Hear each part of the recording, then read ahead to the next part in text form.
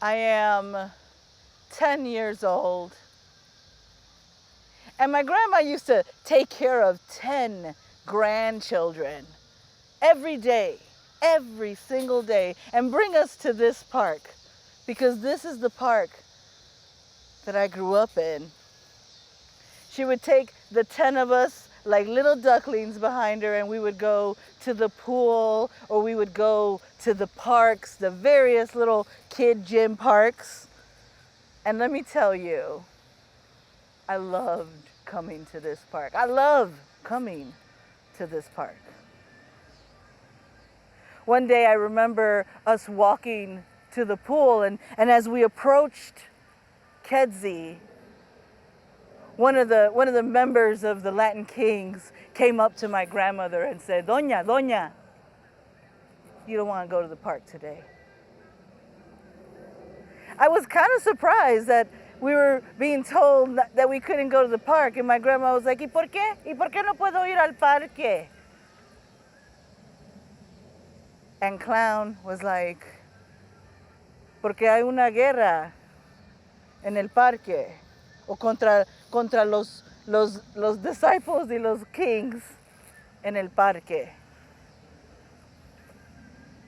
You know, they say that a lot of the gang violence or the violence in Chicago is because of those gangs, but I remember walking with my grandmother and this man coming up to us and telling us that we could not go to the park because of the violence.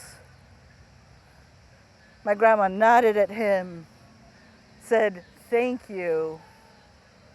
"Gracias, mijo," she says. And we went back home. I recall many times like this.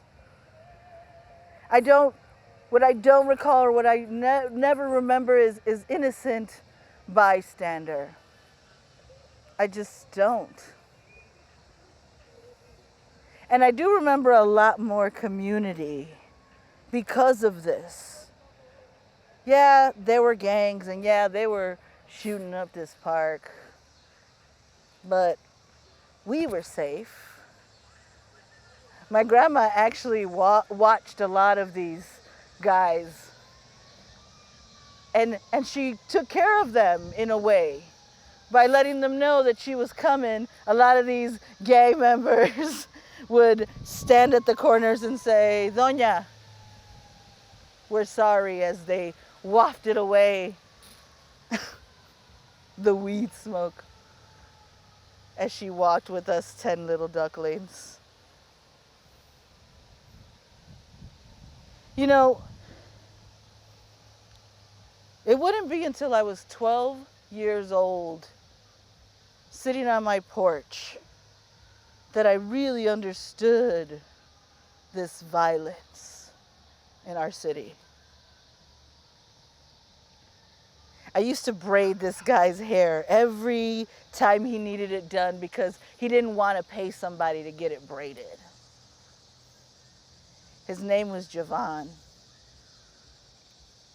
And every time Javon came to the porch, as a 12-year-old, I would sit on this porch and braid his hair. And before he sat down, he would say, hold on, let me fix my pants. And he'd sit down and he'd let me know how he wanted his braids. On this day, he wanted them straight and to the back. So like, he wanted a down into the back, like straight down into the back.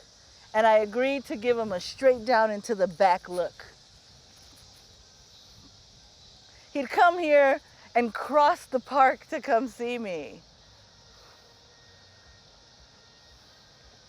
A couple days after this, he came over with a skull cap on his head, talking about, "You ain't gonna believe what happened to my head, Lily." And I remember laughing like, "What do you mean? What'd you do?" Because, you know, having a skull cap on braids is gonna ruin the braids. And he was like, "Man, Joe, Joe is what you call everybody in Chicago, right? He's like, man, Joe. And he pulls off the skull cap to reveal a, a braid just sticking off the top of his head. We all laughed because one of the down into the back braids had been cut halfway and it was now dangling, and we were wondering how that happened. And he's like, man, Joe, you don't understand. I came home and I thought I fixed myself to get a lining, give myself a lining, and I had just had a 40 and went up under it. Went up under it. So how did it get cut at the end? He's like, I went to fix it with some scissors. Oh no. And then the laughs erupted.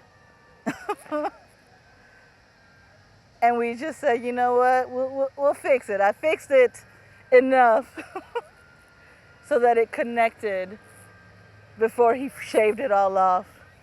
And when he shaved his hair into a shortcut fade, I knew it'd be months before I saw him again and braided his hair. But that day wouldn't come because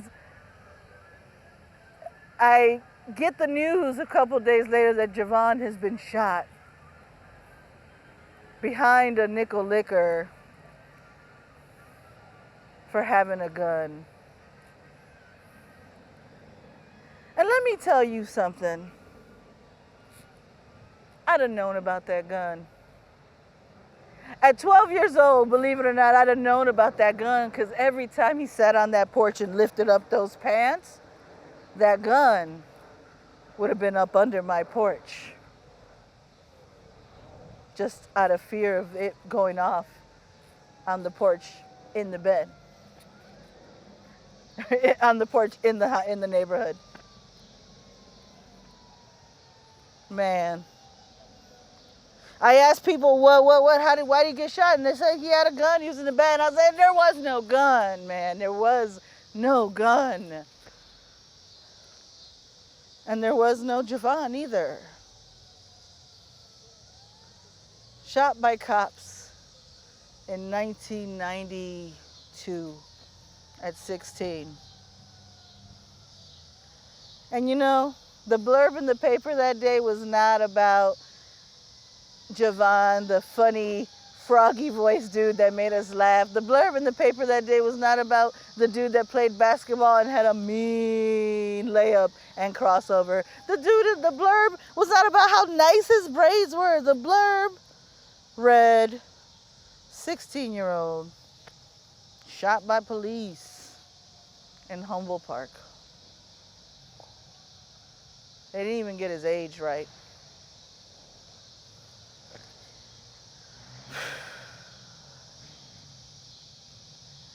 It's changed a lot since then, and here I am in Humboldt Park sharing with the world that despite all that and what you hear about my neighborhood, what you hear about the violence that was, I'll tell you this much.